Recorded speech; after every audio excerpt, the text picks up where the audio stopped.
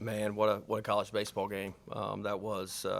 You right down to the last second. Coach O'Connor and I were on the USA staff in 2018. He's been a great friend of mine and just so appreciative of his friendship. And then Coach Mack, you guys know what I think about that guy and what he's meant to me. He's a mentor of mine and just a great game. I thought our guys were just really gritty.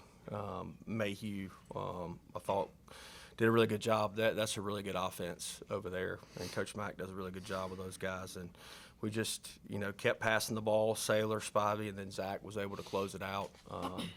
Thought early on we were getting some good swings off their starter, and then he kind of settled in. Josh had a big swing. Justin Wilcoxon had a big swing. But a big play was, AMAC walking, and then we were trying to bunt, and ball got by the catcher, and then Ryder got the bunt down. The ninth inning plays out a lot differently if we don't get that run in with Zach, and Zach's defense was tremendous. And, man, what can I say about our crowd? Golly. I've coached in the SEC, and that's as loud of a crowd that I've ever been a part of, and I didn't think that we could beat last year. And we did tonight, and it was crazy. It was extremely loud in a great college baseball atmosphere. So I appreciate Pirate Nation coming out, and please come back out tomorrow and be loud. So, but so proud of our guys. I mean, it wasn't easy by any means, and they just gritted it out. Questions for the players? Zach, you did the video. Baseball's different here. How different was it tonight here? It's incredible. Playing a great opponent like UVA, man, that's why you come here.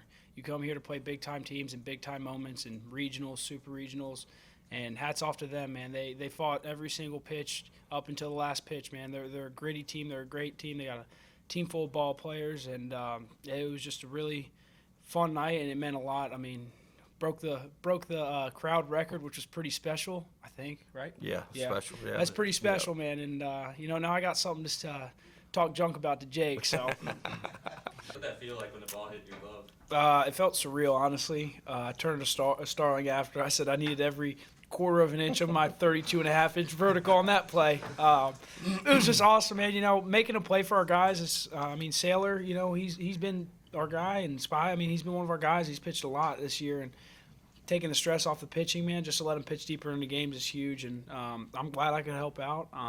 It was, like I said, it was surreal. I felt like it was going to launch out of my glove, but pinched it.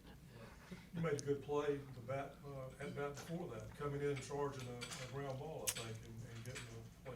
Yeah, we work on those plays almost too many times, honestly.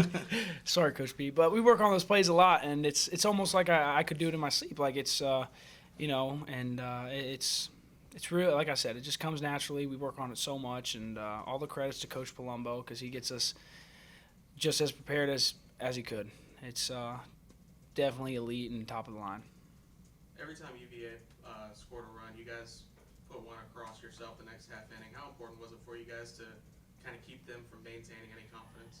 It was awesome. It kept the momentum in our dugout. It allowed our pitchers to not have to worry about giving up runs, just going out there and putting their best stuff over the plate, and kind of just freed us up.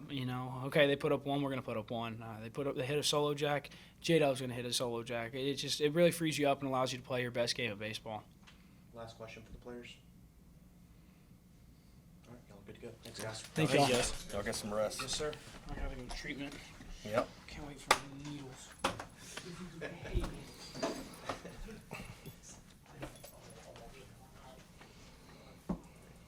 Cliff, you manufactured that last run, and you brought in Giles to bunt, and Wilcoxon had hit a home run. Just talk about, answering their score there. Yeah, Ryder, look, I give Ryder Giles as much credit about the way this team's played over the past couple months as anybody. A guy that came in as a shortstop, and his mom reminds me that told him that he would never pitch here, when we recruited him, and to go into the rotation and to just be selfless, because once he went into the rotation, he couldn't play shortstop anymore because his arm wasn't bouncing back, to coming out of the rotation and being a reliever, and he's a Swiss Army knife. Did you see the play that he made yesterday to end the game? The bare hand play. He's as good of a defensive shortstop there that I've ever seen, ever coached. And, I mean, Zach is right there with them too. But we knew if AMAC got on that the call was going to be that we were going to bunt there. So Ryder was actually down in the bullpen getting his arm loose because if Zach had to come in the game, then he was going to go to shortstop. So I knew if we put him in the DH spot that he could still go to shortstop. So, but my hat's off to Ryder Giles because we wouldn't be where we are today without Ryder. Was it a call play on the pickoff attempt at second in the ninth inning? Yes, call play. Yeah. We didn't execute it. They did a good job getting back.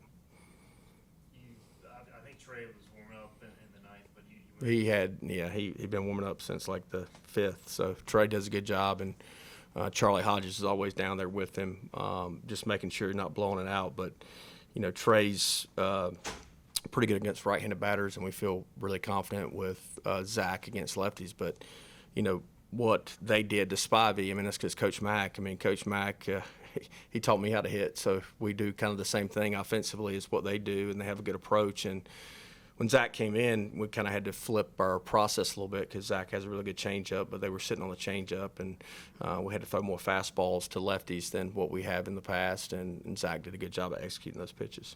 Coach, Zach, obviously, hell of a baseball player, but just hearing him talk, it's obvious he's got some it factor to some presence about him. How do you kind of describe his impact just on this team and clubhouse perspective? He's an energy giver. I mean, what that kid has been through this year with his father, and still showing up to come to fall practice and playing. And I'll try not to get emotional. I got very emotional at the conference tournament because what Nico meant to me personally, and what he's meant to this program, because he was an energy source for me. In this day and age when parents don't always have your back, Nico always had my back. When I was hard on Jake or I was hard on Zach, Nico would basically tell him to shut up and, hey, coach is going to make you better. And I'll never forget that. And he was so good to me. But the Agnos family, look at the 4 regionals that we've hosted. The Agnos family with Jake and Zach have been a huge part of it. Mayhew's always been a multi-inning guy, but the last month or so it seems like he's just made it to a new level. He had the 9-inning outing earlier a couple weeks ago, now 5 innings tonight. What has been different with CJ Mayhew lately? He's been able to land some off-speed pitches, more consistently. I mean, his changeup was working good. Kept UVA off balance a little bit early. I thought that was a big key for him to be able to go on some length. He actually threw a couple sliders. I think he struck out Till on a slider, which, is probably his 3rd best pitch, but he was able to get some off-speed pitches over. What are those moments like in the dugout in the ninth when they have the bases loaded and you and Austin maybe talking about a pitch plan? Like, do you go We even told Zach to throw whatever he wanted one pitch. It was a changeup to the last guy, and we're just talking, and because I know what Coach Mack teaches, I knew they were trying to hit the ball the other way against Spivey and against Zach, so we had to, show some fastballs in. I mean, Spivey against Geloff, if you look, he stood him up twice with 2 fastballs in, which, normally that's not Spivey's bread and butter. But I told AK, I was like, hey man, if you don't stand him up, like they're gonna get to the slider or the cutter. And I thought by him standing him up, then in the 3-2 count, it just got him off the end of the bat a little bit with the cutter. 2 more questions. Cliff, can you compare this year, you're obviously in the driver's seat, compared to the year that you had to come back from the loss to Quinnipiac, and you made the run, took a lot out of you. I think it was even a factor going into the Super Regional at Louisville, but this year is a different story, and this team seems to be much more efficient in tournament play, maybe than some teams you've had in the past. Well, we were pretty efficient last year. We won the 3 games we played, so we're pretty efficient last year. Compared to Well, that was 2 years ago.